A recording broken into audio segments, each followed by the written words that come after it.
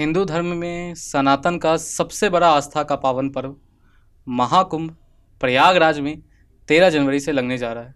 एक ऐसा पर्व जिसकी चर्चाएं केवल पूरे संपूर्ण भारत में नहीं, पूरे विश्व में इस वक्त हो रही है। एंड सभी जगह से जो भी ऐसा व्यक्ति है जिसे भगवान में, जिसे आस्था है भगवान में, जो उस एक जो काइंड ऑफ एनर्जी होती है, उस एनर्जी को फील करता है, हर एक बंदा, हर एक व्यक्ति अभी इस वक्त एक ही जगह आना चाह रहा है। उस जगह का नाम है भारत, और भारत में प्रयागराज, इस महाकुंभ के अवसर पे, क्योंकि 144 साल में ये इवेंट एक ही बार होता है और हमें भगवान ने चुना है, तो शायद ही कोई ऐसा व्यक्ति अभी होगा जो अभी प्रयागराज नहीं जाना चाहे।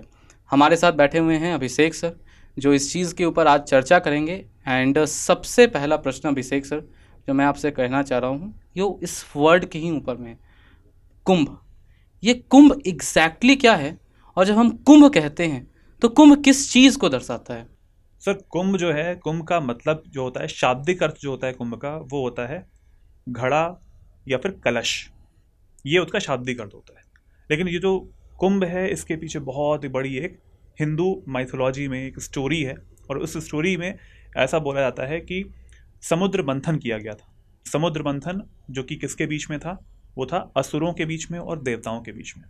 देवता और असुर दोनों चाह रहे थे कि जो अमृत है वो नहीं मिल पाए। जब अमृत मिल पाएगा तो ये एक जो होता है ना, अब अजर अमर होने की जो एक वो है डिमांड होती है, ये तब से चलती चली आ रही है और ये उनके बीच में भी थी। तो ये पूरी स्टोरी इसी के ऊपर आती है। इसमें समुद्र मंथन हुआ। समुद्र मंथन चला लगभग 12 दिव्य दिनों तक, और वही 12 दिव्य दिन जो है ये हमारे 12 साल होते हैं। इसके बारे में भी हम बात करेंगे। तो जो 12 दिव्य दिन थे ये चला, और इसके बाद में जब समुद्र मंथन हुआ, अमृत निकला, उससे अमृत के लिए छेड़छाड़ होने लगी, खींचातानी होने लगी उसमें कि किसको मिलना चाहिए। तो उसमें 4 जगहें हैं पूरे भारतवर्ष में, 4 ऐसी जगहें हैं जहाँ पर 4 अमृत की जो बूंदें हैं वो वहाँ पर गिरी थी, उन 4 जगहों पर, इसी खींचातानी में। और वो जगहें कौन सी हैं सर? वो हैं हरिद्वार, प्रयागराज, उज्जैन और नासिक। ये 4 जगहें आती हैं। और इन 4 जगहों पर 4 बहुत ही इंपॉर्टेंट रिवर्स हैं, उनके किनारे पर लगता है कुंभ मेला। कौन कौन सी रिवर्स आती हैं सर? हरिद्वार में गंगा नदी आती है, प्रयागराज में संगम, जिसको गंगा, यमुना और सरस्वती का संगम बोला जाता है। उसके बाद में आता है उज्जैन, वहाँ पर क्षिप्रा नदी है, और नासिक वहाँ पर गोदावरी नदी है, वहाँ पर लगता है हमारा कुंभ। तो ये 4 वो प्लेसेस हैं जहाँ पर इन नदियों के किनारे आपको कुंभ लगता है। जी सर। एग्जैक्टली कुछ कहानी सर त्रिवेणी संगम को भी लेकर है। अगर प्रयागराज की इस कुंभ के बारे में बात करें तो ये त्रिवेणी संगम हमको देखने को मिलता है। वो त्रिवेणी संगम कौन सी नदियाँ हैं, कहाँ पर आके मिलती है, और उनके पीछे का कहानी क्या है? सर, ये जो संगम है उसमें गंगा, यमुना और सरस्वती, ये 3 नदियां हैं। इनका जो मिलन है वो प्रयागराज में होता है। इससे पहले तक जो नाम था इसका इलाहाबाद था, लेकिन बाद में इसका नाम जो चेंज करके प्रयागराज भी कर दिया गया है। तो यहाँ पर मिलता है। और ये एक बहुत ही इम्पॉर्टेंट, बहुत ही रिलीजियस प्लेस है, और बहुत सारे ऐसे सर्किट्स हैं जो कि उत्तर प्रदेश सरकार है उसकी तरफ से पर्यटन को बढ़ाने के लिए सर्किट्स जो हैं वो स्टार्ट किए गए हैं, और उनमें से आती है प्रयागराज जगह। अब एग्जैक्टली सर अगर हम बात करें तो एक जो कहानी है वो तो समुद्र मंथन के बारे में हम सभी जानते हैं। इसमें एक और छोटी सी कहानी है ना, जो दबी हुई है लेकिन बहुत सारे लोगों को मालूम नहीं है। ये कहानी आपको ना, एक महर्षि थे, ऋषि कश्यप नाम था। उनकी 2 पत्नियां थी, एक का नाम था कद्रा और दूसरा का नाम था विंता। और ये दोनों आपस में आपको सर बहनें थी। एक दिन होता क्या है, जो कद्रा रहती है ना, वो अपने पतिदेव के पास जाती है वरदान लेने के लिए, और वो उनसे मांगती है कि आप हमें वरदान दीजिए जिससे मैं कम से कम 100 शक्तिशाली और विषैले बच्चों की माँ बनूं।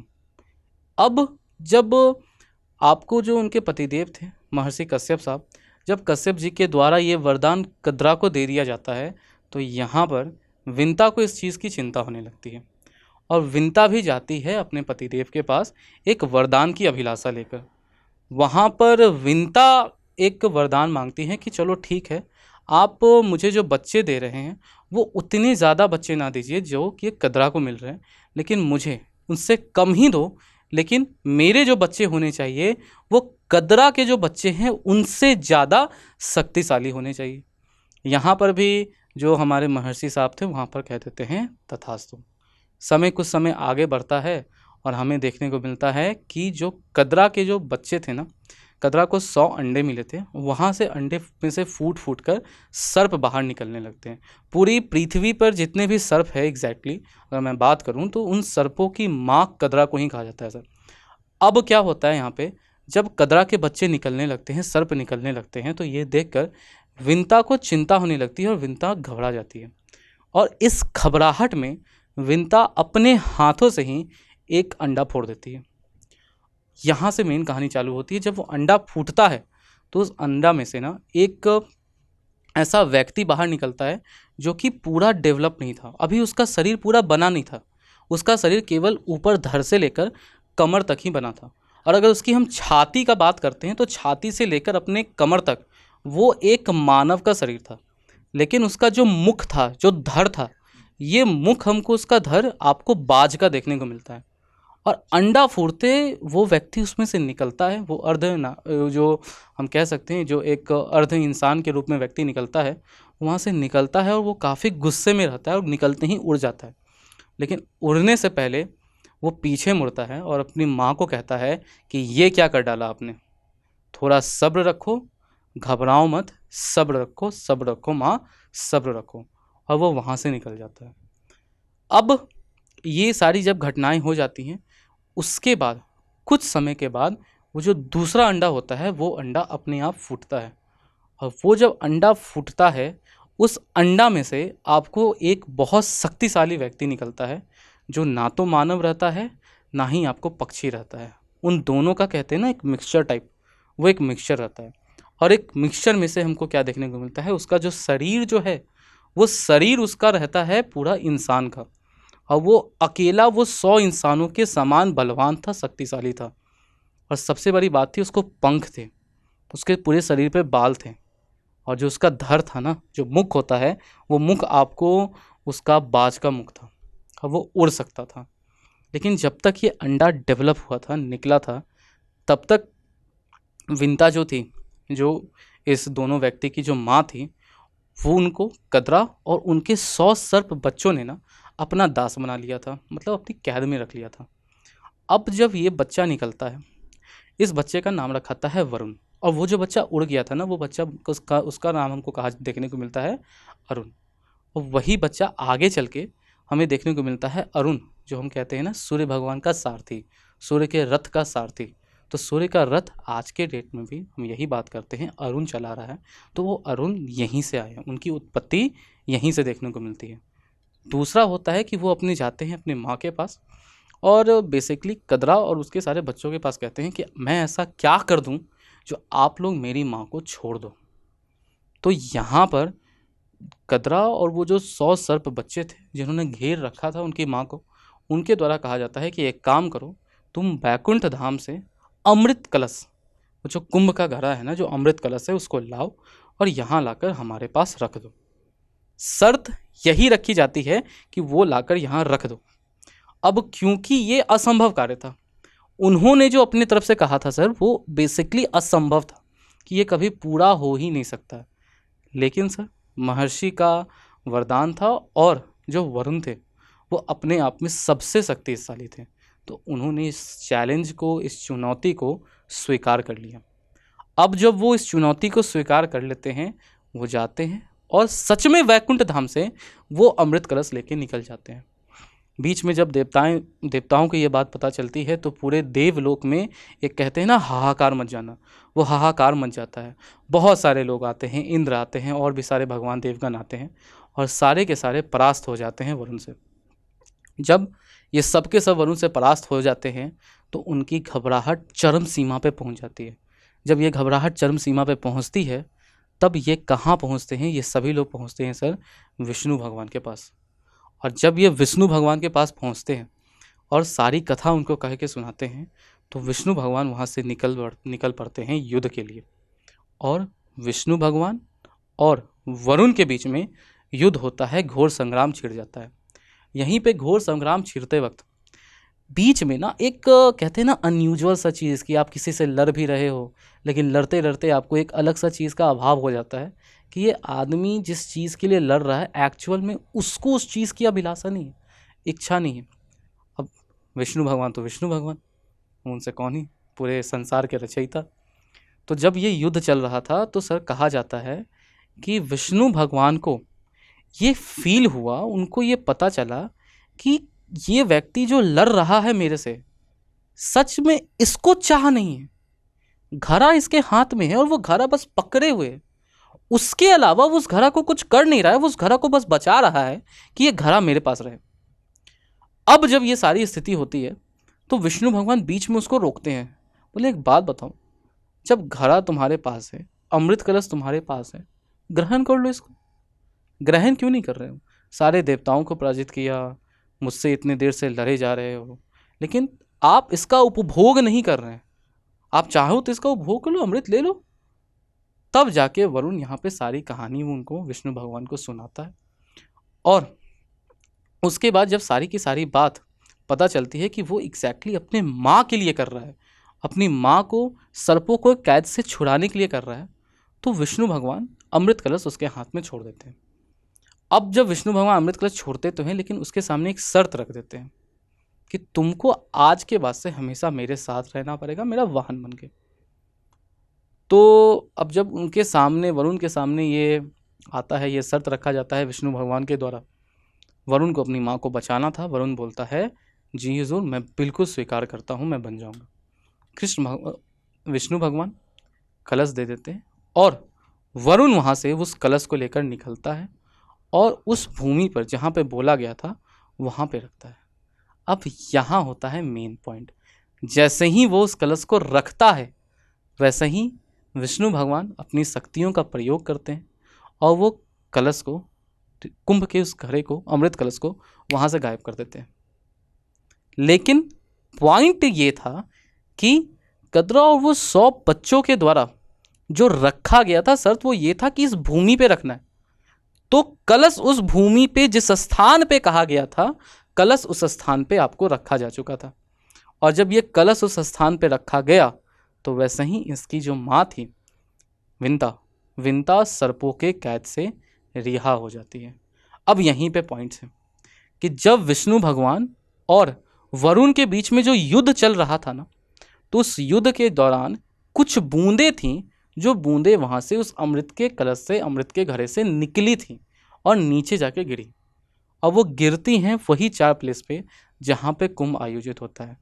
हरिद्वार में कुछ बूंदें गिरी, कुछ बूंदें आपको प्रयागराज में देखने को मिलती हैं, कुछ उज्जैन में देखने को मिलती है और कुछ आपको सर नासिक में देखने को मिलता है। तो एग्जैक्टली कुंभ के बारे में देखते हैं तो बहुत सी ऐसी पुरानी कथाएं हैं, बहुत सारी पौराणिक कथाएं हैं जो कुंभ के साथ जुड़ी हुई हैं। और जब इन चीज़ों के बारे में फील करते हैं तो एक अलग सी एनर्जी, जैसे कि आप अभी फील भी कर रहे होंगे जब आप बात करते हो, तो एक अलग सी एनर्जी जो होती है ना, वो बॉडी के अंदर ना उसका संचार होता है। और ये जो सर आपने स्टोरी बताई है, ये चीज़ मुझे नहीं पता थी। मुझे सिर्फ समुद्र मंथन के बारे में पता था, जिसमें कि विष्णु भगवान रहते हैं और वो कछुए का रूप उन्होंने धारण किया होता है और असुरों और देवताओं के बीच में अमृत के लिए ये जो समुद्र मंथन है वो हो रहा था। तो ये एक नई स्टोरी आपने बताई है, अच्छी, मुझे पहले नहीं पता था। आपने मेरा ज्ञान वर्धन किया है इस चीज़ में। अब सर एक बात आता है, वो एक, सब कुछ तो हो गया, कुंभ होता है, ठीक है। कहा जाता है कि जब आप कुंभ में स्नान करते हैं तो कुंभ में स्नान करने से आपके सारे जो पाप होते हैं वो सारे के सारे पाप धुल जाते हैं। क्या कुंभ की एनर्जी क्या होती है, आप गए हो? सर मैं एक बार गया हूँ, मतलब अपने बचपन में गया था ये, बट उसके बाद जाने का ऐसा मौका नहीं मिल पाया। लेकिन हाँ, उस समय के हिसाब से देखा जाए तब तो मैं बचपन में ही था, तो मुझे इतना आइडिया भी नहीं था, पेरेंट्स ले गए हुए थे।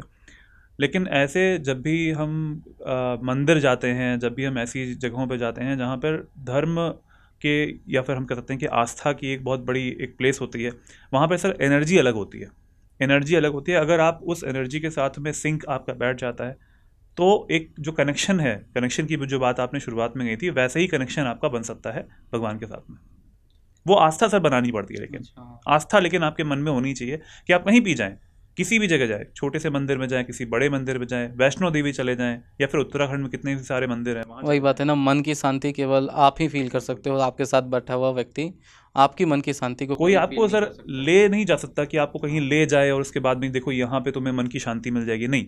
ये आपके अंदर से आना चाहिए, एक इनर फीलिंग होती है, वो निकल के जब तक आएगा तभी वो चीज़ है कि आपको वो चीज़ महसूस कर पाएंगे, और महसूस करने के बाद में उस चीज़ को फील करेंगे और अपने जीवन में धारण भी कर सकते हैं। एक चीज़ और है सर, जैसा कि अभी कहा ना कि कुछ होता है अर्ध कुंभ। इस बार का जो कुंभ है वो कहा जा रहा है 144 साल के बाद लग रहा है। तो बहुत अलग अलग प्रकार के कुंभ होते हैं, एक अर्ध कुंभ होता है, एक महाकुंभ होता है। तो ये क्या है, मतलब अंतर क्या है सारे के सारे कुंभ में? जी सर, ये बहुत लोगों के मन में ऐसा रहता है कि क्या है इनका मतलब, क्या होता है पूर्ण कुंभ, क्या होता है अर्ध कुंभ, क्या होता है कुंभ, क्या होता है और महाकुंभ क्या होता है।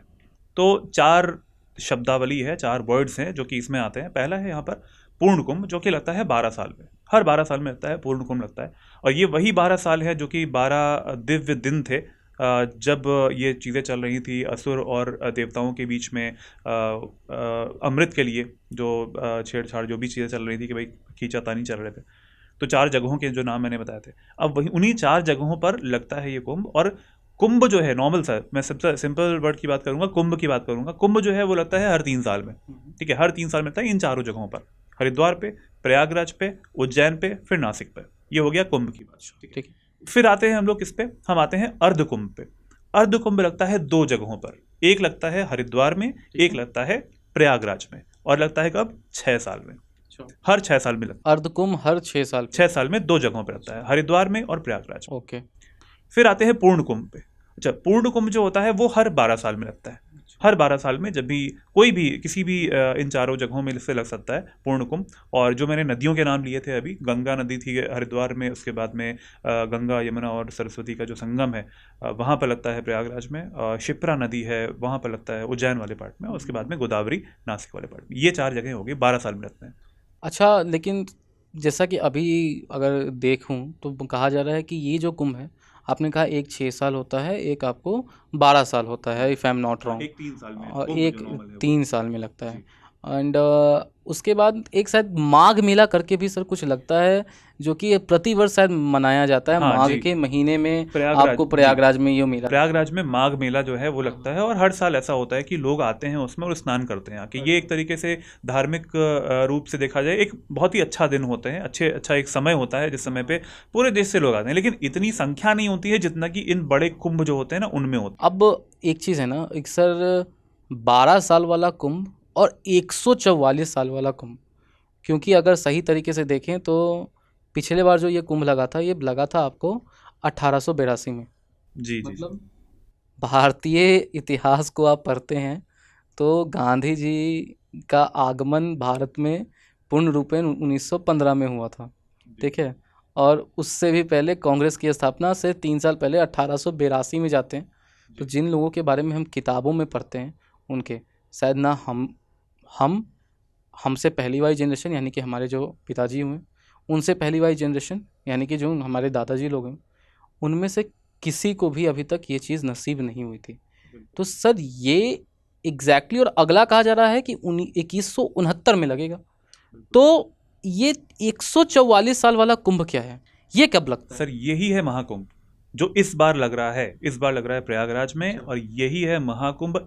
जब पूर्ण कुंभ 12 साल वाला पूर्ण कुंभ जो है वो 12 बार लग चुका होता है, तब आता है 144 साल हो जाते हैं, और तब आता है महाकुंभ, जो कि इस टाइम पे लग रहा है 13 जनवरी से 26 फरवरी के बीच में। आप जाएंगे? मैं बिल्कुल जाने का प्रयास पक्का? करूंगा, बिल्कुल पूरे मेरा प्रयास रहेगा, टिकट क्योंकि करके? ये once in a lifetime opportunity है। सही बात है। इसके बाद 2169 में लगने वाला है, जब तक तो निपट चुके होंगे हम लोग। दूसरा जन्म भी हो चुका होगा सर, और शायद हो सकता है दूसरे जन्म भी निपट चुके होंगे। दूसरा जन्म हाँ। अगर नहीं लेना है हाँ। तो चले जाइए और वहां पे नहीं नहीं, अपनी, तो उसमें भी श्योरिटी नहीं है ना, कि ये भी हो सकता है कि दूसरा जन्म लेके भी निपट गए और उसमें भी हम वहाँ पर देख नहीं पाए। ये तो सर अब हाँ। कहने की बात अब है। दूसरी चीज़ एक है कि यहाँ पे सर कुछ ग्रहों की जो स्थिति होती है, थोड़ी इंट्रिकेट चीज़ है, लेकिन ग्रहों की जो स्थिति होती है उसके ऊपर भी बहुत ज़्यादा डिपेंड करता है। तो मतलब जैसे महाकुंभ है, ये कब लगता है सर, मतलब वो ग्रहों की क्या स्थिति राइट सर, चाहिए? ये जो एस्ट्रोलॉजिकल एक इसमें इम्पोर्टेंस रहती है, और ये सर लगता है जब सूर्य, चंद्रमा और बृहस्पति इनकी जो पोजीशन होती है उससे डिसाइड होता है। और इन चारों जगहों पे अलग अलग पोजीशन होती है, तब डिसाइड होता है। अगर सूर्य और चंद्रमा अगर मकर राशि में है, ध्यान से सुनिएगा, अगर सूर्य और चंद्रमा अगर मकर राशि में है और अगर बृहस्पति वृषभ राशि में है, तो उस टाइम पे लगता है प्रयागराज में जो इस बार लग रहा है महाकुंभ। तो इस बार वाला जो महाकुंभ है वो आपको जब आपको सूर्य और चंद्रमा जब मकर राशि में है मकर और राशि में। बृहस्पति जब वृषभ राशि में है, तो उस टाइम पे लगता है महाकुंभ लगेगा। महाकुंभ लग रहा है 144 साल वाला। 144 साल बाद। अच्छा। इसके बाद जब उज्जैन में होता है, तो उज्जैन में कब होता है? जब सूर्य सिंह राशि में रहता है और बृहस्पति सिंह राशि में होता है, तो उस टाइम पे लगता है। अब सर जैसे कि 4 जगह हम लोगों ने बताया ना, तो अब एग्जैक्टली अगर हम देखें तो अगर सूर्य कहा जाता है कि मेष राशि में है, अगर जहाँ तक मुझे याद आ रहा है कि सूर्य अगर मेष राशि में है और बृहस्पति कुंभ राशि में हो, तब जाकर आपको हरिद्वार में लगता है। हरिद्वार वाला जो कुंभ होता है वो आपको तब जाकर लगता है। और उसके बाद जो नासिक वाला जो बताया, क्योंकि मैंने बताया कि वो जब युद्ध हो रहा था ना तो 4 जगह गिरे थे, तो उस 4 जगह में एक जगह तो आपका प्रयागराज हो गया, दूसरा हरिद्वार हो गया, तीसरा सर आपको उज्जैन हो गया, और नासिक वाला जो पॉइंट है उसके लिए कहा जाता है जब सूर्य सिंह राशि में और बृहस्पति भी सिंह या कर्क राशि में हो, तब जाकर आपको नासिक में क्या है तो कुंभ लगता है। तो मतलब ग्रहों की जो स्थिति है वो डिटरमाइन करती है कि कब क्या लगेगा, किस वक्त लगेगा और कहाँ लगेगा। बिल्कुल सर, किस समय लगने वाला है। और ये लोकेशन जो होती है, ऐसा नहीं होता कि ये जो ग्रह है ना कभी भी ऐसा आ जा रहा है। इनकी पोजीशन जो होती है बिल्कुल एक फिक्स पोजीशन रहती है। आप निकाल सकते हो कि नेक्स्ट टाइम पे इनकी पोजीशन कब आने वाली है, और उसी हिसाब से बहुत सालों से एंशियंट इंडिया से, आप जानते हो ये जो चीज़ें हैं ना सर, ये वेदों में लिखा हुआ है, वेदों में लिखा है, पुराणों में इसका मेंशन है, तो ये तब से चला आ रहा है। और ये सबसे बड़ी रिलीजियस गैदरिंग है पूरे वर्ल्ड की, पूरे विश्व की। आई थिंक इसने शायद लास्ट टाइम जब लगा था तो गिनीज बुक ऑफ रिकॉर्ड भी हम लोगों ने अपना नाम दर्ज करवाया था। और इस बार भी होने वाला है। इस बार हमारे जो मुख्यमंत्री हैं योगी आदित्यनाथ जी, उन्होंने ऐसा बोला हुआ है कि इस बार व्यवस्थाएं ऐसी कर रखी हैं यूपी में, क्योंकि हर बार ऐसा होता है। इससे पहले आपने देखा होगा जब अयोध्या में राम मंदिर का जब प्राण प्रतिष्ठा हो रही थी, तो उस टाइम पे भी लोग बहुत ज़्यादा थे। उसके बाद भी लोग आए भी, पर्यटन बढ़ रहा है। और उसी पर्यटन के बढ़ने में यहाँ पर, चूँकि ये बहुत सालों बाद लग रहा है, पूरे भारत से लोग आएंगे, भारत के अलावा पूरे विश्व से लोग यहाँ पर आने वाले हैं, और इस जगह पे लगने वाला है। तो पूरी व्यवस्थाएं कर रखी हैं यूपी सरकार ने, योगी सरकार ने, तो वो चीज़ें यहाँ पर हमें देखने को भी मिलेंगी। सर इसमें ना तो सुना जाता है कि अलग अलग ना शाही स्नान होते हैं। अच्छा, एक बात अगर उसके ऊपर हम चलते हैं तो जैसा कि हम देख रहे हैं कि मकर संक्रांति आने वाला है, जैसे फेमसली हम दही चूड़ा के नाम से जानते हैं, खाते हैं आप? जी। तो मतलब ये जो मकर संक्रांति है, जिस प्रकार से ये जो ग्रहों की जो दिशा है, शायद इसी चीज़ के लिए हम कह सकते हैं कि यह को मकर संक्रांति से ही चालू हो रहा है। बिल्कुल सर, ये जो चीज़ें हैं ना सर बिल्कुल डिसाइडेड हैं। एक जो होता है ना, हम लोग के घरों में सर लगा रहता था पंचांग, लगा रहता था पंचांग कैलेंडर। तो पंचांग में क्या होता है, सारी डेट्स फिक्स रहती हैं। नेक्स्ट ईयर का भी जो है वो जो पंडित जो होते हैं, लोग होते हैं, वो निकाल सकते हैं। तो ये जो चीज़ें हैं वो सब सर ग्रहों की पोजीशन से फिक्स होती हैं, और वही जो है यहाँ पर डिसाइड भी करता है ये सारी चीज़ें। अच्छा। और इस बार लगने वाला है कब से सर? 13 जनवरी से 26 फरवरी। 13 जनवरी से 26 फरवरी तक। बिल्कुल। और सर इसमें एग्जैक्टली अगर मैं बात करूँ ना तो मतलब बहुत सारे स्नान होते हैं। जैसे पहला जो होता है ना तो उसको हम शाही स्नान कहते हैं। तो प्रथम स्नान होता है वो शाही स्नान होता है, जो आपको मकर संक्रांति के दिन होता है। अब इस स्नान में जो आपको जो अखाड़ा के जो साधु होते हैं ना, नागा साधु लोग, वो लोग करते हैं, वो लोग का यहाँ पे स्नान होता है। बेसिकली मैं आपको बता रहा हूँ, अगर आपको जाना हो तो मैं आपको डेट्स बता देता हूँ, आप उस डेट को जा सकते हैं। मेरा ज्ञान वर्धन करने में आप बिल्कुल हमेशा काम पहला उस दिन होता है। अब पहला हो गया आपको मकर संक्रांति के दिन। दूसरा अगर आपको जाना है तो आप मौनी अमावस्या के दिन जा सकते हैं। जो दूसरा रेगुलर स्नान होना वो आपको मौनी अमावस्या के दिन होता है। उसके बाद हम देखते हैं कि जो तीसरा है ना, बसंत पंचमी, जिस दिन सरस्वती पूजा है, उस दिन एक स्नान होती है। उसका महत्व ऐसे तो 6-7 होते हैं, 5-6 के आसपास होते हैं, बहुत सारे होते हैं, लेकिन अगर मैं प्रमुख के बारे में बात करूँ, जो तीसरा वसंत पंचमी के दिन होता है, उसका जो सिग्निफिकेंस है बहुत होता है। अगर वो भी मिस हो जाए तो एक लास्ट डेट है जो आपने बताया 26 फरवरी। तो 26 फरवरी 2025 को, क्योंकि महाशिवरात्रि है उस दिन, तो महाशिवरात्रि के दिन सर एकदम वहाँ पर जाओ, स्नान करो, अपने सारे पाप धो, खुद को पवित्र करो, अंदर से जो होती है ना अंतरात्मा की शांति वो करो, उसके बाद जल लेकर शिवलिंग पर जल चढ़ाओ, जीवन सफल हो जाएगा सरोज। मैं तो फिर करने वाला हूँ, आप बताइए चलेंगे कि नहीं चलेंगे। एकदम चलेंगे, आप टिकट बुक कराओगे तो एकदम आत्मा चलेंगे। तृप्त करना है, पाप धुलने हैं तो चलना पड़ेगा। सर आते तो कोई और लोग भी हैं जिन्हें कोई देख नहीं पाता। अच्छा। मैंने आपको बताया कि जो पहला है वो जो नागा साधु होते हैं वो लोग करते हैं, अखाड़ों से जो लोग आते हैं पहला दिन। लेकिन उसके पहले भी कोई आता है, उससे बड़े वाले साधु होते हैं, जो मतलब होता है ना कि एक सबसे उस लेवल पे जहाँ पे उनका और भगवान, वो जो लाइन है ना, वो लाइन जो रेखा है, वो रेखा आपको मिटी हुई नज़र आती है। मतलब जो पूरा एक जो सिंक है ना, जो असेंबली है वो आपको हो जाता है। तो ये जो चीज़ है ना, कहा जाता है कि अगर आप पीछे कुंभ के जितने भी आपको कुंभ लगे, अगर आप 1882 में चले जाओ या उससे पहले चले जाओ, जो भी कुंभ लगा है, तो वहाँ पे कुंभ का जो पहला दिन होता है ना, वहाँ ये अखाड़ा वाला जो स्नान है उससे पहले, ठीक वो होने से पहले एक बहुत तेज आंधी आती है और पूरी धुंध से बड़ी आंधी आती है। इसमें कोई व्यक्ति कुछ नहीं देख सकता है। ऐसी आंधी मानो लगता है कि वो सब कुछ तबाह करके ले जाएगी। और जब आप कुंभ के लिए करते हैं, आयोजन करते हैं, तो आपको इस बात का मानना पड़ता है। ये बहुत बड़ी बात है सर, लोग इन चीज़ों में नहीं मानते हैं। लेकिन अगर मैं एज अ डीएम के तौर पे हूँ और मेरे पास है कि मुझे आयोजन करना है, तो मुझे उस चीज़ को, उस फैक्टर को लेना पड़ेगा, क्योंकि वो आंधी आती ही आती है। और माना जाता है कि उस आंधी में आपको वो साधु आकर स्नान करके जाते हैं जिन्हें हम देख नहीं सकते। और जब एक बार उनका स्नान हो जाता है ना, तभी जो कुंभ है वो कुंभ की शुरुआत होती है। उसके बाद अखाड़ा के जो नागा साधु होते हैं, उनके जो नीचे मतलब जो सबसे टॉप पॉइंट है, उनका जो स्थान था, वो आए, उन्होंने प्रक्रिया चालू कर दी, स्नान किया, इवेंट चालू हुआ, वो गए। एक ही बार होता है ये स्नान का। जब ये स्नान एक बार हो जाता है, जब वो चले जाते हैं, उसके बाद जो नागा साधु साध्वी होती है उनका स्नान होता है, और उसके बाद कहीं ना कहीं आते हैं हम लोग।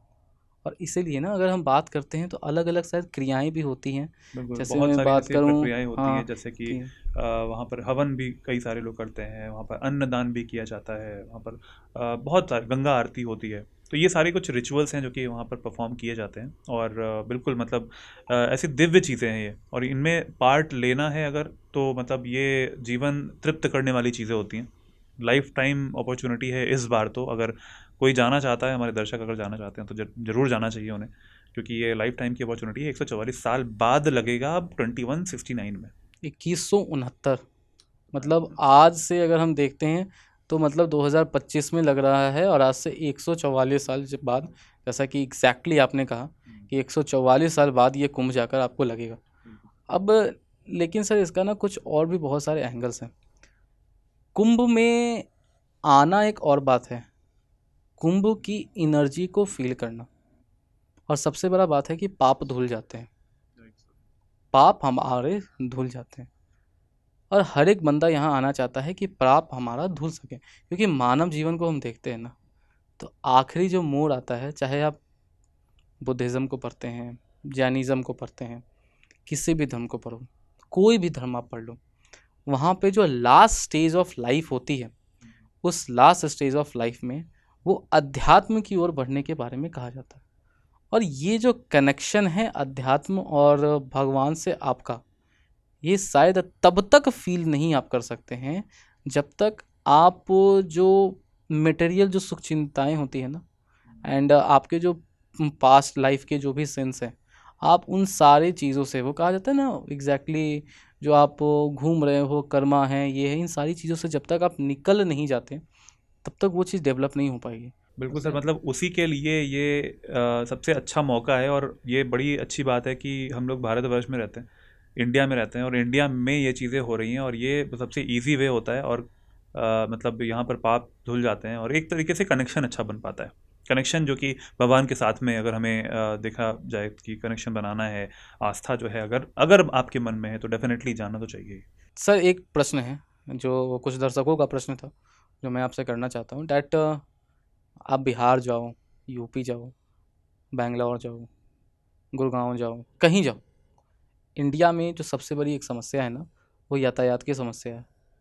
अब सर प्रयागराज के अंदर केवल और केवल यूपी के तो लोग हैं नहीं, केवल और केवल भारत के भी लोग नहीं हैं, सर पूरा विश्व प्रयागराज आ गया है।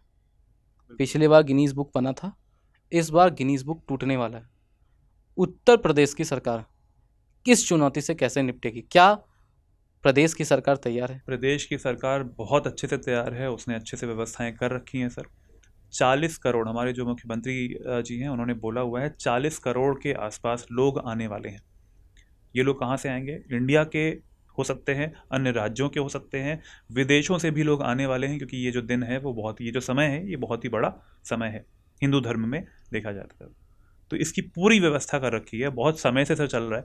और इसमें अगर आप अलग अलग डायमेंशंस की बात कर लेते हैं, पहला जो डायमेंशन आता है वो आता है कि भाई व्यवस्था, रुकने की व्यवस्था होती है कि नहीं, वो भी व्यवस्था है वहाँ पर, उसी जगह पर रुकने की पूरी व्यवस्था रहेगी। पूरा का पूरा तो सर सुन रहे हैं कि एक प्रयागराज में एक टेंट सिटी बन गई है। पूरा सर सिटी है, मतलब आप कभी भी न्यूज़ में भी देखेंगे, अगर आप, मतलब मुझे मौका मिला तो मैं ज़रूर जाना चाहूँगा उस जगह पे। और इसके साथ साथ वहाँ पर देखिए एक चीज़ नहीं होती है, सिर्फ रुकना नहीं होता है कि हाँ आए, कोई पर्यटक आए और उन्हें रोकना है, नहीं नहीं, उन्हें रोकना है और रुकेंगे वो, और उसके बाद में उनका जो एक्सपीरियंस होगा वो बेस्ट एक्सपीरियंस होना चाहिए, जिससे कि अगली बार भी आ पाए।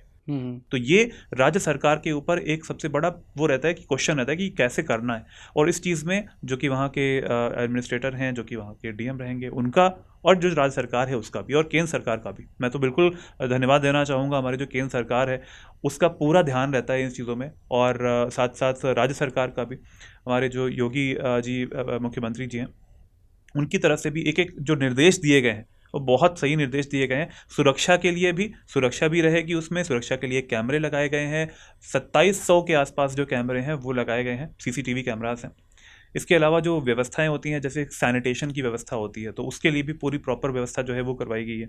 इसके अलावा अगर आप देखें कि लोगों के रुकने के लिए, अगर नॉर्मल सी बात कीजिए, मान लीजिए कि साउथ इंडिया से कोई एक पर्सन है, वो आए हैं यहाँ पर, साउथ इंडिया में भाषाएं जो हैं वो अलग हैं, वो हिंदी और इंग्लिश जो है, इंग्लिश मान लेते हैं कि वो है, जानते होंगे, नहीं भी जानते हैं अगर, क्षेत्रीय भाषा जो है वो कैसे पहचानेगा आगे यूपी में? तो यहाँ पर बहुत, जितनी भी क्षेत्रीय भाषाएं होती हैं उन सबके साइन बोर्ड्स तक लगाए, इस लेवल तक सोचा गया है सर। अगर मुझे मराठी आती है तो मैं मराठी देखने जाऊंगा, मुझे बिल्कुल, आसामी आती है तो आसामी। वहाँ पे साइन बोर्ड्स लगे हैं, उन साइन बोर्ड्स में आप देखेंगे और अपने आप से, आपको किसी से पूछने की जरूरत नहीं पड़ेगी, आप अपनी जहाँ पर तो भी कम जाना से कम हम चाहते हैं। ये कह सकते हैं कि कुंभ एक ऐसा पॉइंट बन गया है जहां पर राजनीति दूर हो गई है। बिल्कुल सर, राजनीति दूर हो गई है। तो आस्था के सामने राजनीति ने अपने घुटने टेक दिए। कुछ नहीं, कुछ है ही नहीं सर आस्था के सामने, और इस चीज़ का पूरा ध्यान रखा है यूपी सरकार ने, इस पूरा ध्यान रखा हुआ है इस चीज़ का। और क्योंकि ये एक बार का नहीं है ना, ये मतलब वो है कि पूरे इतने सालों में लगने वाला है। और ये एक हम कह सकते हैं कि जो सुरक्षा व्यवस्था की भी बात है, उसमें भी अदर स्टेट से, जैसे कि हरिद्वार है, जैसे कि मध्य प्रदेश है, ठीक है, महाराष्ट्र है, वहाँ से भी मध्य प्रदेश का तो मैंने देखा हुआ है, मध्य प्रदेश की जो पुलिस है वो भी आई है वहाँ पर देखने के लिए कि नेक्स्ट टाइम जब वहाँ पे लगेगा, जब कुंभ लगेगा तो वो कैसे व्यवस्था करेंगे। तो वो एक एज एन एग्जाम्पल की तरह से यूपी पुलिस के जो है सुरक्षा करने वाली है, उनको उनको उनसे सीखने के लिए आने वाले हैं। तो फर्स्ट हैंड एक्सपीरियंस के तौर पे बिल्कुल सर। अब एक चीज़ है सर, एक कहावत आपने सुनी होगी, हम सभी ने सुनी होगी, कुंभ के मेले में एक का बात कही जाती है, आई एम नॉट श्योर कि ये कितना सही है कि कितना गलत है, कुंभ के मेले में बिछड़े हुए भाई। बिछड़े हुए भाई, हाँ सर। तो अब जब 144 साल के बाद ये जो कुंभ लग रहा है, पूरा विश्व भारत आ रहा है, भीड़ बहुत है, तो ये जो कुंभ का मेले में बिछड़ना है, और आज के डेट में तो टेक्नोलॉजी है, तो बिछड़ना और टेक्नोलॉजी इस बिछड़ाव को कैसे रोकेगा? क्योंकि आज की बात नहीं है, ये शुरुआत से चलती आ रही है, और हर एक बच्चा, भारत का बच्चा तो कम से कम पैदा होने के बाद कुछ दिनों के बाद ये चीज़ सीख ही लेता है कि हम दोनों कुंभ के मेले में बिछड़े हुए भाई बहन हैं। ये मुहावरा सीख लेता हाँ। है। तो सर ये है कि वो सब मुहावरे जो हैं, ये सब चीज़ें तो चलती रहती हैं, ये मैं movies के देख रहा dialogues हैं। था, रिपोर्ट वगैरह देख रहा था, तो शायद एक मोबाइल ऐप लॉन्च कर दिया है शायद सरकार ने कोई, जिस मोबाइल ऐप के थ्रू आप एक एक वार्निंग मिल सकती है कि कब कहाँ पे गैदरिंग ज़्यादा है नहीं है। थोड़ा सा मतलब कैसे टेक्नोलॉजी का कैसे प्रयोग टेक्नोलॉजी का यूज़ हो रहा है सर, एआई का यूज़ हो रहा है इसमें, जो भी लोग वहाँ पर आने वाले हैं उनका फेशियल रिकॉग्निशन हो रहा है। इसके अलावा कैमरेज लगे हुए हैं, ड्रोन्स रहेंगे वहाँ पर, ड्रोन से जो व्यवस्था है वो पूरी देखी जाएगी। इट मीन्स ये है कि कहीं पर भी क्राइम जैसी सिचुएशन जो है वो नहीं होगी। और क्राइम यहाँ पे सिर्फ ये फिजिकल क्राइम नहीं होता है कि वहाँ पर साइबर क्राइम भी, उसके अच्छा। लिए भी टीम्स हैं। तो साइबर क्राइम्स के लिए भी टीम्स हैं और सारे छोटी छोटी चीज़ों का ध्यान रखा है सरकार ने, जितनी एजेंसियां हैं वो सब लगेंगी, क्योंकि ये एग्जाम्पल बनने वाला है सर। एग्जाम्पल जो कि यूपी सरकार को दिखाएगा कि हाँ ये कितनी सक्षम है यूपी सरकार। अच्छा। तो वो एक एग्जाम्पल सेट करने वाले हैं आगे आने वाले जितने भी कुंभ रहेंगे उनके लिए भी। और किसी को भी जो भी आ रहे हैं, टूरिस्ट आ रहे हैं, अगर किसी इंडियन स्टेट से आ रहे हैं या फिर किसी अदर कंट्री से आ रहे हैं, तो उनको वो अगर वापस जाएं तो इस चीज़ को लेके जाएं कि हाँ भाई, अगर गवर्नमेंट ने जो मेजर्स किए थे वो बिल्कुल सही मेजर्स किए थे और नेक्स्ट टाइम पे वो आना चाहेंगे। ये सबसे बड़ा ध्यान रखा गया है इस चीज़ में। तो इस बार अगर कोई कुंभ आ रहा है तो मैं आपसे सुनने के बाद पूरी जनता को कह देना चाहता हूँ कि भैया दिल खोल कर आइए, आप बिछड़ेंगे नहीं। बिल्कुल और देखिए ये वाली जो कहावत है इस बार दोबारा नहीं होगी कि कुंभ के मेले में दो भाई बिछड़ गए। हर चीज़ की व्यवस्था करी गई है सर। मतलब ऐसा है कि वहाँ पर अगर आप देखेंगे कि पानी की निकासी की व्यवस्था, सैनिटेशन की व्यवस्था, सॉलिड वेस्ट मैनेजमेंट जो है वो एक एक चीज़ का ऑर्डर है। अगर आप देखें कि सिंगल यूज़ प्लास्टिक जो है उसको बैन किया हुआ है, सिंगल यूज़ प्लास्टिक वहाँ पे बैन है। इन सब चीज़ों का इन्वायरमेंटल जो चीज़ें होती है ना, कि लोग बहुत ज़्यादा इकट्ठा होने वाले हैं और उसके बाद में बहुत ज़्यादा वहाँ पर कचरा हो जाएगा, कूड़ा हो जाएगा, ऐसा बिल्कुल नहीं होने वाला है। जो सॉलिड वेस्ट मैनेजमेंट है उसकी पूरी टीम्स रहेंगी। जैसे जैसे सॉलिड वेस्ट वहाँ पे बनता जा रहा है उस चीज़ को वहाँ से हटाया जाएगा, उसको डंप किया जाएगा कहीं और, उसको पूरी तरीके से। और जो कई बार ऐसा भी न्यूज़ में आता है कि जो नाले हैं उनका पानी वहाँ पर आ रहा है, एसटीपीज भी लगाए हैं, सीवेज ट्रीटमेंट प्लांट्स हैं, एफ्लुएंट ट्रीटमेंट प्लांट्स हैं, ईटीपीज हैं, वो लगाए गए हैं और उनका जो ट्रीटेड वाटर है वो वहाँ पे आएगा। तो ऐसा कुछ न्यूज़ में ऐसी हमेशा आर्टिकल्स आते रहते हैं कि वहाँ पर जो पानी है वो गंदा हो सकता है या फिर वो ट्रीटेड वाटर नहीं होगा। बट इस चीज़ में मेजर्स लिए गए हैं, सरकार ने भी मेजर्स लिए हैं। तो हम ये नहीं बोल सकते कि किसी के भी हेल्थ के ऊपर कोई भी दिक्कत आने वाली है। अच्छा, तो मतलब एग्जैक्टली हम कह सकते हैं कि जो कुंभ है, जो अमृत है, वो पूरा अमृत है। पूरा आज अमृत है। की जो मॉडर्न डे एक जो मानवों के द्वारा रचा गया जो प्रदूषण है, वो उस अमृत को छू भी नहीं सकता है। ये इंश्योर कर रखा है ये प्रदेश की पूरा पूरा सरकार ने। इंश्योर कर रखा है और ऐसी चीज़ें नहीं होंगी, बिल्कुल भी नहीं होंगी और लोग आके इसको फील भी करेंगे। सुरक्षा की व्यवस्था है, रहने की पूरी व्यवस्था है, पीने के पानी की व्यवस्था, सैनिटेशन की व्यवस्था, कूड़ा कचरे की व्यवस्था रहेगी, सिक्योरिटी की व्यवस्था रहेगी, कैमरेज रहेंगे वहाँ पर, पुलिस पर्सनल रहेंगे, हेल्प करने के लिए लोग भी रहेंगे वहाँ पर। ठीक है, ऐसा भी नहीं होगा कि भाई कोई है ही नहीं, साइन बोर्ड के हिसाब से चले जाइए, नहीं ऐसा नहीं है, लोग हैं वहाँ पर, पूरी टीम्स है उस जगह पे अच्छा। और पूरी जिम्मेदारी के साथ वो टीम्स जो है वो काम करने वाली है। एग्जैक्टली सर, अगर मैं थोड़े से ना बैक जाता हूँ तो बहुत सारे ना कुछ वीडियोस, अभी से नहीं, पिछले कुंभ की जो बात है तो आपको पिछले एक आध महीने से चल रही है, तो बहुत सारे वीडियोस वगैरह देखने को मिल रहे हैं जहाँ पे एक और समस्या होती है सर, क्योंकि नदी है, त्रिवेणी संगम है, आपने कहा, if I am not wrong, Ganga Jamuna और सरस्वती का संगम होता है ये त्रिवेणी संगम, जहाँ पे कुंभ आपको लगता है महाकुंभ लगता है। तो कभी कभार देखने को मिलता है कि भगदड़ मच गई और इतने लोग आपको डूब गए। तो डूबने के लिए, उन लोगों को बचाने के लिए यहाँ पर इस बार देखने को मिल रहा है ना कि जैसा कि जो रिपोर्ट्स हैं कि कुछ हम लोगों ने एक रोबोट्स वगैरह को डेवलप कर लिया है, जो वाटर रोबोट्स हैं, जो जाएंगे व्यक्ति को, वो रिमोटली कंट्रोल्ड होते हैं, वो जाएंगे और डूबे हुए व्यक्ति को उसके पास जाके बचा कर लेके चले आएंगे। तो मतलब साइंस और आस्था, इस महाकुंभ को अगर आगे चल के याद रखा जाएगा तो साइंस और आस्था का एक जो मिश्रण है वो मिश्रण के लिए रखा जाएगा, क्योंकि आज तक ये चीज़ सबसे ज़्यादा देखने को मिलती थी। और दूसरा जो चीज़ कहा, भगदड़, प्रदेश की सरकार भगदड़ से कैसे बचेगी? सर देखिए, उसके पूरे रूल्स सेट हैं वहाँ पर। रूल्स इस तरीके से हैं कि जब भी लोग वहाँ पर जाएंगे, पूरी टीम्स वहाँ पर रहती है। अगर कभी ऐसा होता है कि भगदड़ मचाने के लिए क्या होता है कि कुछ एक न्यूसेंस क्रिएट करने वाले लोग हो सकते हैं, या फिर ऐसा हो सकता है कि कुछ चीज़ें ऐसा फैला दिया गया, भ्रांति फैला दी गई है लोगों में, ऐसा इस तरीके की चीज़ें नहीं होगी। पुलिस पर्सनल वहाँ पर रहेंगे, पूरी जो टीम्स है वो आई हुई हैं, पीएससी के टीम्स वहाँ पर है, बटालियन की पूरी बटालियन जो है वो वहाँ पर रहती है। तो फिर इस बार ऐसा बिल्कुल नहीं होने वाला है। कोई और एग्जाम्पल, ये जो चीज़ है, ये जो रिलीजियस गैदरिंग होने वाली है, ये एग्जाम्पल सेट करने वाली है पूरे अन्य देशों के लिए भी, अदर कंट्रीज़ के लिए भी। मुझे नहीं लगता है कि पूरे विश्व में इतना नहीं होता सर, इतना होता ही नहीं है। 40 करोड़ लोग, यहाँ जनसंख्या नहीं होती है कभी। एक ही शहर में आने वाले हैं लोग, इतने 40 करोड़ लोग, और ये कई देशों की जनसंख्या से भी ज़्यादा है। तो ये जो एक चैलेंज है, इसको चैलेंज को बहुत अच्छे से लिया है यूपी सरकार ने। तो डेफिनेटली ये बहुत अच्छे तरीके से इसको हैंडल भी करेंगे और 26 फरवरी तक ये चीज़ बहुत अच्छे से निकल भी जाएगी। अब दूसरी चीज़ ये है कि यहाँ पे सर जो पर्यावरण है उसका बहुत ज़्यादा ख्याल रखा जा रहा है। अगर सही तरीके से बात करें ना तो एक तकनीक होती है जिसे हम कहते हैं मियावाकी टेक्निक। बेसिकली कल के रिपोर्ट्स के ही माध्यम से अखबार में ये रिपोर्ट छपी हुई थी कि वहाँ पे लगभग 56,000 वर्ग किलोमीटर का एक घना जंगल आपको प्रयागराज में तैयार कर दिया गया है कुंभ के लिए। क्योंकि जब कुंभ लग रहा है तो यहाँ पे हर एक चीज़ पे, हर एक डायमेंशन पे हम कर रहे हैं, क्योंकि इसका इन्वायरमेंटल इम्पैक्ट भी पड़ेगा सर। राइट। इन्वायरमेंटल इम्पैक्ट पड़ेगा, बहुत ज़्यादा पड़ेगा, जो भी हो सकता है। क्योंकि सबसे बड़ी बात है, जब इतनी बड़ी गैदरिंग होगी तो सर वेस्ट मैनेजमेंट सबसे बड़ा प्रॉब्लम आता है कि हम वेस्ट मैनेजमेंट को कैसे मैनेज करेंगे। दूसरा हमको देखने को मिलता है कि दूसरा चीज़ जो है कि गाड़ियों की संख्या भी बढ़ेगा, जाम बढ़ेगा, उससे सर इन्वायरमेंट के ऊपर इम्पैक्ट पड़ेगा। तो इन्वायरमेंटल इम्पैक्ट कुंभ को ऊपर जो एक नकारात्मक प्रभाव डाल सकता है हमारे जीवन के अमृत के ऊपर, तो अमृत को हम कैसे बचाएंगे उससे। इस सब के लिए जैसे आपने बताया मियावाकी फॉरेस्ट वाला होता है, उससे क्या होगा कि जैसे लोग अगर आते हैं तो क्या होगा, बहुत ज़्यादा लोग अगर उस जगह पे हैं तो क्षेत्र लेवल पे देखा जाए, उस एरिया पे देखा जाए तो कार्बन डाइऑक्साइड का लेवल जो है वो बढ़ जाता है। बिल्कुल सिंपल सी बात है, ऐसा होता ही होता है, लोग इतने आते हैं तो।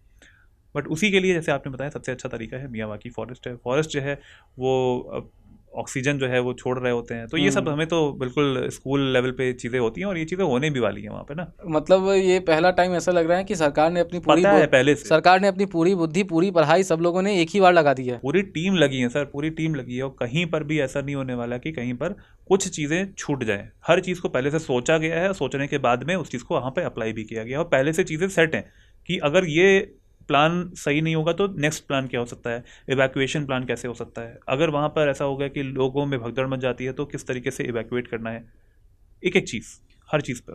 एक और एंगल है सर, जो आपको एक स्पिरिचुअल एंगल है, वो कहीं ना कहीं लिंक करता है विष्णु भगवान से। विष्णु भगवान का जो मोहिनी अवतार है, विष्णु भगवान का मोहिनी अवतार, और यहाँ पर अगर हम देखने को मिलता है कि जो कुंभ है उसके एक बीच में बहुत बड़ा कनेक्शन है। बेसिकली जो पर्वत था ना, उस पर्वत को जब मथा जा रहा था तो अलग अलग चीज़ें अलग अलग पॉइंट पे निकल रही थी। तो उस पॉइंट पर विष्णु भगवान जैसे ही अमृत कलश लेकर आपके धन्वंतरी निकलते हैं अंदर से, लास्ट में वो निकलता है, तो जैसे ही धन्वंतरी अंदर से लेकर निकलते हैं हमको देखने को मिलता है कि राक्षसों के अंदर, राक्षस तो राक्षस है, कहा जाता है ना, मी बिंग मिंग, तो राक्षस बिंग राक्षस, तो राक्षस यहाँ पे आगे बढ़ते हैं, वो बोलते हैं मैं इस अमृत कलश को ले जाऊंगा। अब वहाँ पे विष्णु भगवान मोहिनी अवतार धारण करते हैं और वो लेके वहाँ से छुमंतर हो जाते हैं। तो विष्णु भगवान का जो मोहिनी अवतार है, अलग अलग अवतार है। एक अवतार में वो वहाँ पर जाकर वरुण से युद्ध लड़ रहे हैं, एक कथा। दूसरा कथा में देखने को मिल रहा है कि विष्णु भगवान बीच में थे और वहाँ पर उन्होंने मोहिनी अवतार में खुद को परिवर्तित किया, वहाँ से वो लेकर निकल गए, मतलब मोहिनी अवतार मोह लिया, वो मोहिनी अवतार में क्या किए, वो वहाँ से निकल गए। अब उसके दौरान क्या होता है कि 4 बूंदें वहाँ से गिर जाती हैं। एक और कथा है जो कि कहता है कि 4 बूंदें गिरती हैं और ये 4 बूंदें वही स्थल है जहाँ पे पहला आपको हरिद्वार आता है, दूसरा नासिक आता है, तीसरा प्रयागराज आता है और चौथा उज्जैन आता है। तो 144 साल बाद प्रयागराज में लग रहा है और हम कह सकते हैं कि प्रयागराज पूरी तरह तैयार है। और प्रयागराज भी तैयार है और साथ में यूपी की जो सरकार है वो भी तैयार है, क्योंकि सर इसमें एक इकोनॉमिक एंगल भी है, वो भी देखना पड़ेगा। क्या है जी सर? इकोनॉमिक एंगल सर ये है क्योंकि ये यूपी सरकार ने हर चीज़ सोचा हुआ पहले से। उनमें से आता है एक टूरिस्ट का सर्किट। ठीक है। कई सारे जो ऐसी प्लेसेस है, रिलीजियस प्लेसेस जो होती है वो टूरिस्ट सर्किट्स में आती हैं और उनमें से ये भी है, प्रयागराज भी है, क्योंकि ये धर्म का पूरा एक संगम है, यहाँ पर मिलता है। इसके अलावा इस बार क्योंकि 40 करोड़ के आसपास लोग जो हैं वो आने वाले हैं, उनका एक इकोनॉमिक इम्पैक्ट ये है कि लगभग 2 लाख करोड़ की जो है वो रेवेन्यू सरकार को मिल सकता है। कुंभ से आएंगे, हाँ बिल्कुल, केवल कुंभ से, बिल्कुल कुंभ से। अच्छा सर। ये हमारे जो मुख्यमंत्री जी हैं उन्होंने बताया भी है ऐसा, और ये सब अनुमान सिर्फ ऐसे कहने के लिए अनुमान नहीं होता है, हर चीज़ प्लान सोच के ये चीज़ें चलते हैं और लगभग 2 लाख करोड़ के आसपास रेवेन्यू जो है वो स्टेट को आ सकता है, इकोनॉमिक बेनिफिट जो है स्टेट को मिल सकता है। देखिए एक तरफ क्या किया है, एक तरफ इन्होंने यूपी सरकार ने क्या किया है, सारी व्यवस्थाएं करी हैं, व्यवस्थाओं पर फेल नहीं होना है, प्लान्स सेट हैं पहले से, पूरी टीम्स वहाँ पर रेडी हैं। तो उसके बाद अगर लोग आएंगे तो डेफिनेटली जो भी वहाँ पर शॉप्स होती हैं, दुकानें होती हैं, लोग होते हैं, स्टे के लिए होता है, ठीक है। टूरिज्म को अगर डेवलप करना है तो ऐसे ही करना पड़ेगा। एक तरफ आपको लगाना पड़ता है और एक तरफ आपको मिलता भी है, तो तो रेवेन्यू भी यहाँ से मिलेगा। यूपी की जो अर्थव्यवस्था है वो भारत की अर्थव्यवस्था बूम कर सकती है यहाँ भारत की करेगी सर, यूपी की तो करने वाली है, फिक्स है, एकदम। बिल्कुल करने वाली तो हो सकता है जीएसडीपी में यूपी सबसे मतलब है। होता इस है बार ना, देखिएगा वो आप, फाड़ के आगे निकल इस जाए। बार देखिएगा आप। अच्छा, लेकिन सर एक दूसरा एंगल जो है, जो चीज़ डरा रहा है, मैं कितना भी भूलना चाहूँ, मुझे वो कोविड का जो खौफ है वो मेरे आंखों से जाता नहीं है। Right sir. एंड अभी कोविड तो नहीं है, लेकिन एक उसका भाई कह लो, चचेरा भाई कह लो, और कज़न वहीं कह से लो, स्टार्ट हुआ है जहाँ से और वहीं से कोरोना स्टार्ट स्टार्ट हुआ हुआ है था। जहाँ से कोरोना स्टार्ट हुआ था। राइट। ये कोरोना अपना भाई को भेज दिया है, और कहाँ से हम अमृत की तलाश में हैं, और ये हमें उस अमृत में वहाँ पर पहुँचने में उस गैदरिंग से दूर, क्योंकि जब वायरस का आउटब्रेक होता है तो वहाँ पर देखने को मिलता है, कहा जाता है बंद कर दो। पिछली बार का तो लॉकडाउन शायद आप लोगों को याद ही है। अरे झेला हुआ है सर। कितने लोग, कितने दर्शक, बहुत सारे लोगों ने डंडा भी खाया, लेकिन हम लोग अंदर रहे। एक पूरी ब्रेकिंग न्यूज़ निकलती थी जहाँ पे जंजीर लगे रहते थे घर के आगे कि आज के बाद किसी को निकलना नहीं है, लॉकडाउन लग गया। वो था ही, लॉकडाउन के बाद में जो न्यूज़ आई थी ना, वो चीज़ की जो डेथ्स की न्यूज़ आती थी हर दिन दोपहर के जो 4 बजे के आसपास, जो एक बुलेटिन आता था हेल्थ मिनिस्ट्री की तरफ से, उसमें आता था कि इस समय इतने लोगों की डेथ हो गई। वो उन चीज़ों पे अब नहीं सोचना है हमें। बट ये जो वायरस की बात आपने बोली है, वायरस आया है, HMPV वायरस है, मेटान्यूमो वायरस, वो फैल रहा है। उसके कुछ केसेस भी यूपी में दर्ज किए गए हैं। If I am not wrong sir, Bihar और यूपी हाई अलर्ट पे है इस वक्त। है वहाँ पे। तो देखिए सर, यही है ना कि जहाँ पे जनसंख्या ज़्यादा रहेगी, डेफिनेटली चाइना से है, टूरिस्ट आते रहते हैं, लोग भी आते रहते हैं वहाँ से, फ्लाइट्स जो हैं उनको तो रोका नहीं गया है। ऐसा बोलते हैं कि उतना डेडली नहीं है, लेकिन केसेस जो हैं वो आ रहे हैं। कंसर्न ये, क्योंकि जब कोविड आया था तो उस टाइम पे भी ऐसा बोला जा रहा था कि ऐसा कोई डरने की बात नहीं है, लेकिन बाद में क्या हुआ है सभी लोग जानते हैं, क्या डेटा था, डेथ टोल जो था वो भी बहुत बढ़ गया था। वही है कि इस बार वाले जो वायरस है वो उतना डेडली नहीं है ऐसा बोला जा रहा है, लेकिन फिर भी सुरक्षा अपने हाथों में रहती है। अगर कोई भी वहाँ पे जाते हैं लोग तो फिर डेफिनेटली उनको अपनी सुरक्षा खुद से भी करनी है, ठीक है। अगर वो जा रहे हैं उस जगह पे तो मास्क का, और जो भी इससे पहले हम लोग कोरोना में सीख चुके हैं, वही सारे जो नॉर्म है अपने आप से अपनाने पड़ेंगे हमें। मैं दूसरी चीज़ पूछना चाह रहा हूँ सर। जी। कोविड आया था तो हम एक चीज़ से लड़ रहे थे, हमारे पास उस टाइम ना ही हम किट था, ना ही हम टेस्टिंग की सुविधाएं थी, और भारत में तो कंडीशन बहुत ज़्यादा लाचार था। हम हर एक चीज़ में यूएसए को देखते हैं, डैट यूएसए एक विकसित राज्य है, हम उसको फॉलो कहीं ना कहीं, वो एक बेंचमार्क सेट करता है डेवलपमेंट के नाम पर। यूएसए नतमस्तक हो चुका था। क्या अभी हमारे पास इस HMPV वायरस के लिए, ये जो वायरस आया है, एक नया वायरस आया, तो इस वायरस के लिए क्या हमारे पास टेस्ट अवेलेबल है? और जो वैक्सीन्स है, तो अगर मैं रिपोर्ट को देखूं तो मुझे नहीं देखने को मिलता है कि अभी इसके लिए भी कोई मेडिसिन या वैक्सीन हमारे पास है नहीं। ऐसी इसके लिए कोई हाँ। एंटीवायरल कोई ऐसी वैक्सीन तो नहीं है, लेकिन इससे सिर्फ बचा जा सकता है। वैसे ये बच्चों को और जो बीमारियां जिनके होती हैं, ठीक है, उन सबको ज़्यादा ये पकड़ सकता है, ये जो बीमारी है। बट फिर भी हम ये कह सकते अगर मैं आपसे पूछूं कि एक प्रिवेंटिव मेजर्स क्या होंगे, अगर मैं जा रहा हूं कुंभ आज के टाइम पे, हैं। और मुझे एक एक्सपर्ट एडवाइस चाहिए कि क्या होंगे वो प्रिवेंटिव मेजर्स, तो क्या क्या हो सकते हैं? देखिए सर, जो चीज़ें हमने वहाँ पे करी थी प्रिवेंटिवली जब हम कोविड में कर रहे थे, सिमिलरली हमें यहाँ पे भी करना है। We have to use mask. हमें अगर सैनिटाइज़र है वो यूज़ करना ही करना है। अगर ज़्यादा लोग होते हैं किसी भी जगह पे, हमें उससे बचना होता है। ये वहाँ पे था, लेकिन यहाँ पर भी अगर आपको लगता है कि जस्ट आप गए वहाँ पर, रुके उस जगह पे, उसके बाद में अपने टेंट में आ गए, या फिर जहाँ पे भी आप स्टे कर रहे हैं उस जगह पे आ जाइए। ज़्यादा ये जहाँ पर लोग रहते हैं उसको अवॉइड करना, यही एक मेजर तरीका रहता है, क्योंकि इसमें कोई डिजीज़ का कोई वैक्सीन तो है नहीं। एंटीवायरल डिजीज इसका जो वैक्सीन है वो तो इसका बना नहीं है। तो यही तो अभी तक के लिए तो यही है। और ऐसा कोई गवर्नमेंट की तरफ से अगर कुछ ऐसा होता तो अभी तक एक्शंस के लिए कोई पूरी जो रूल्स की लिस्ट होती है वो आ जाती है अब तक। तो अभी 13 जनवरी से स्टार्ट होने वाला है ये चीज़। तो मुझे लगता है कि अगर कुछ ऐसा होता है तो गवर्नमेंट की तरफ से मेजर्स जो हैं वो आ जाएंगे। नहीं है तो फिर सरकार जो है अपने तरीके से इस चीज़ को हैंडल भी करेगी। क्या, छोड़िए सर, मैं तो जा रहा हूँ अमृत लेने, और जब अमृत की मार्ग पर चल ही आपसे दिए पहले हैं, मैं जाने वाला हूँ। अब सर अमृत की मार्ग पर जब चल ही दिए हैं तो वायरस से क्या डरना। बिल्कुल। जब मैं अमृत ही ले लूँगा, जब मैं अमृत ही पी लूँगा, तो ये वायरस की क्या मिसाल। और जब मेरा कनेक्शन भगवान से हो जाएगा, स्वयं ब्रह्मा से मेरा कनेक्शन अगर हो जाता है, स्वयं शिव से मेरा कनेक्शन हो जाता है, तो वो तो रचयिता हैं सर, उनके अलावा और कौन क्या ही कर सकता है। हालांकि ये हमारे लिए है, हम बात कर रहे हैं, मैं कह रहा हूँ आपके लिए नहीं है। जो लोग भी जा रहे हैं, प्लीज़ जो सर ने बताए हैं, जो प्रिवेंटिव मेजर्स हमने कोविड में सीखे हैं, उसको अपना कर जाइए। एंड जी हाँ, जो लोग भी जा सकते हैं जाइए, क्योंकि अगला आएगा 2169। उस वक्त तक शायद आपकी हमारी अगली पीढ़ी भी आ चुकी होगी। तो बने रहिए हमारे साथ स्टडी IQ PCS के ऊपर। एंड मिलते हैं, तब तक के लिए थैंक यू एंड जय हिंद।